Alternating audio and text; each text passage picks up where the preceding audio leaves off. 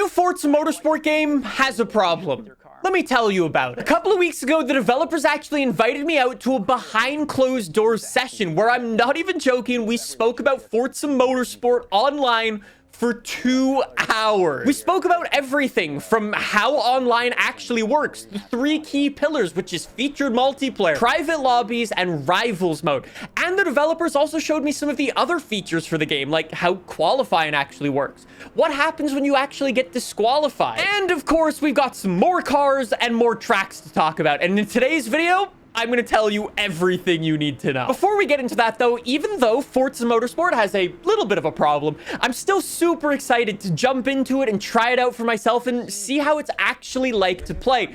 And as soon as I get to do all of that stuff and record that, I'm going to be uploading some videos here for you guys. So make sure you subscribe. And if there's any questions that you guys want me to ask the developers, feel free to leave those in the comments down below as well, and I'll do my best to get those answers for you guys as well. Without further ado, though, let's jump into Forza Motorsport Online. And right out of the gate, I can tell you the developers actually said that they spent the most amount of time actually developing online, trying to achieve 2 things: clean and competitive racing. And the way they're trying to achieve that is using their 3 pillars of online gaming. Number 1, featured multiplayer. The way featured multiplayer works is with an introduction showcase, which is essentially a tutorial to get everybody caught up to speed. You have to do 3 introduction races where you go through practice, you go through qualifying, and then you go through and do an actual race. Once you've completed the tutorial, which will take you about like an hour to an hour and a half or so, you'll be able to enter the other types of events, which are spec events, open events, and you can view your driver rating and your safety rating. So let's start it off with spec events. Spec events are a full race weekend where you go in, you do practice, you do qualifying, and you do the race. Usually races here are like 7 to 8 to 10 laps, depending on how long the actual track is. Spec events are exactly what they sound like. They are a proper spec racing series where everybody's using the exact same car, and that's where you're going to have the closest, most competitive races. In the example we saw, there were 3 spec events going on. There was one that was a rotating spec event that was changing every day or every week, and that one was like a Porsche event where you were all in one identical Porsche and you were all racing against each other. One of the other ones was in like a 90s racer or something like that, and then another one was in like a touring car. But keep in mind, everybody is in exactly the same car with exactly the same upgrade. Now, what's actually really cool about these events is you don't actually go in and say, I'm just going to jump into spec multiplayer. That's not how it works. You can actually see what event is starting at what time. So you'll see an event starting at 10:30, for example. You can click that event, and if you're a little bit early, then you can just go and do some practice laps and see some of the other people who are in your lobby. Or if you join right on the dot, you're just going to get thrown in immediately. And if you miss that race, well, good news. There's another one exactly like it happening maybe 20 minutes later or 30 minutes later. And these are going on all the time, so there's always different races for you to join. And then there's open events. Open events are, well, again, by the sound of the name, are open. Here's the type of place where you can go in and you can choose like, yep, I want to race A-class events, or I want to race like all of the touring cars, and I want to go in there with my own car that's already upgraded to exactly the way I like to drive it and see how I can do against other people in their B-class car, for example. Be aware, though, there's definitely going to be some meta cars at some point in the future, so watch out for those. But if you want to see what other cars people are driving, that's going to be the best place to do it. So if you want to drive your own car, have fun, do it in the open series. And on the topic of ratings, anytime you enter any featured multiplayer race, you're going to be earning driver skill rating and driver safety rating. The way you get skill rating is by beating faster players and doing well in your races. The way you get safety rating is by driving safely. What's really awesome about the new Forza Motorsport game, though, is it actually prioritizes clean driving over fast driving. If you're a driver who went in and put a bunch of time into driving cleanly in races, and you have like a 5-star safety rating, for example, you're going to be racing against other 5-star drivers. And then the 4-star drivers, they're going to be competing against each other.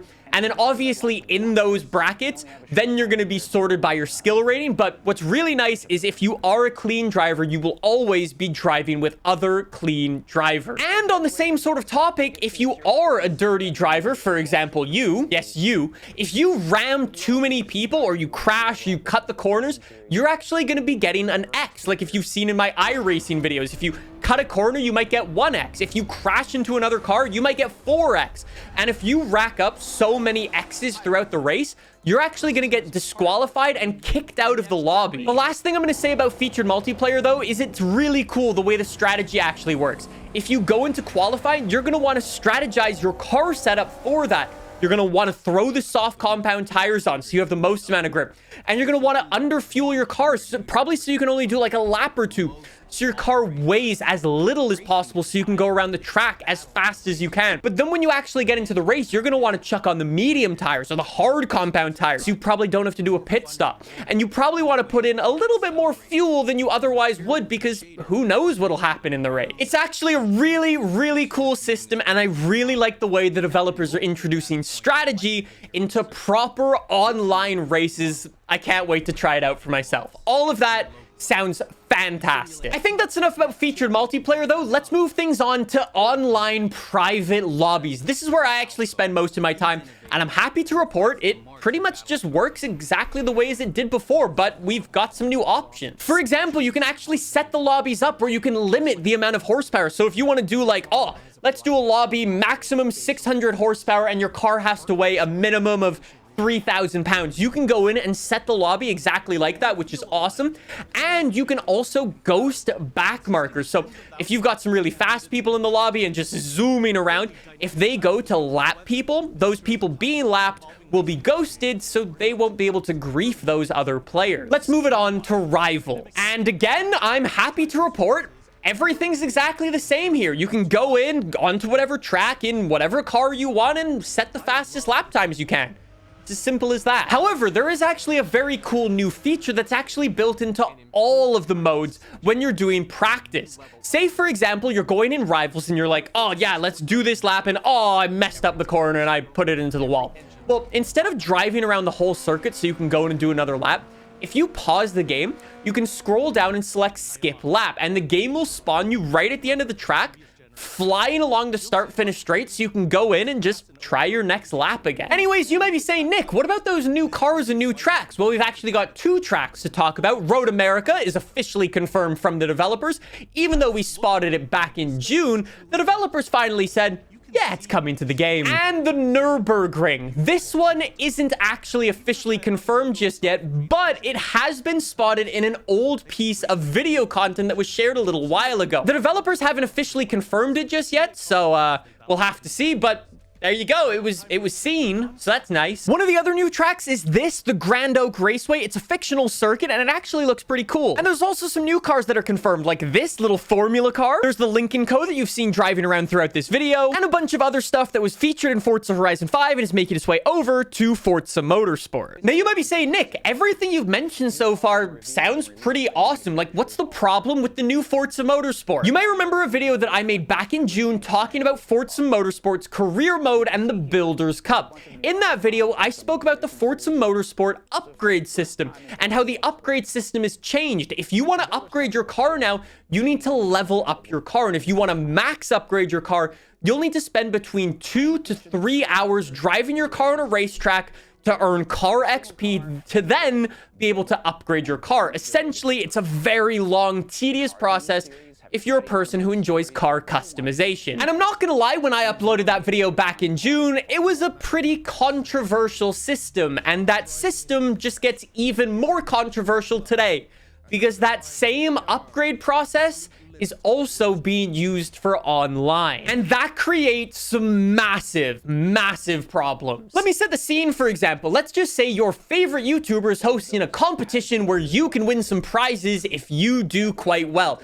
Your favorite YouTuber goes in and tells you to go in and build a movie car. And you go, yes, I've got a Mazda RX-7. Let's upgrade it all the way to the top of the class. Fantastic. You show up to the race and you come last. Not because of a skill issue, but because your car just wasn't that great. And unfortunately for you, everybody else in the lobby just took a car that was more OP than your car. So even though you might be a better driver than everybody else in the lobby, all of those guys with their faster car, they're just going to beat you. And there's nothing you can do about it because you don't have 2 to 3 hours to spend trying to level up your car before we go and do a race. Or say, for example, again, your favorite YouTuber is hosting one of those fun lobbies where we go in and play limo NASCAR. One of the most fun things you can do. And I'm like, okay, let's go and build an S1 class limo. Well, you better have spent 3 hours driving a stock limo around a racetrack, or you're going to be significantly slower than everybody else in the lobby. And that's just not fun. Like, if you're a fan of those super hardcore Forza leagues that go in and race cars every single weekend, well, again, you better hope that you have the car that they're racing on that weekend upgraded so you can do all of the upgrades that series might require you to do. Long story short, what I'm saying here is this upgrade system absolutely destroys online multiplayer. I've said it before and I will say it again, but I've never said it in this context before. I just want to drive what I want to drive when I want to drive it. And this system limits that and kills all of that freedom. There is honestly no other way to say it. It is an awful system that desperately needs to be changed. And I really hope the developers do something about it. I doubt they'll do something before launch, but hopefully after launch. And it's really disappointing because this online system sounds incredible. I seriously can't wait to try it out for myself, but it's going to be drastically held back by this awful upgrading system. Let me know what you think. Thanks for watching. Okay, bye.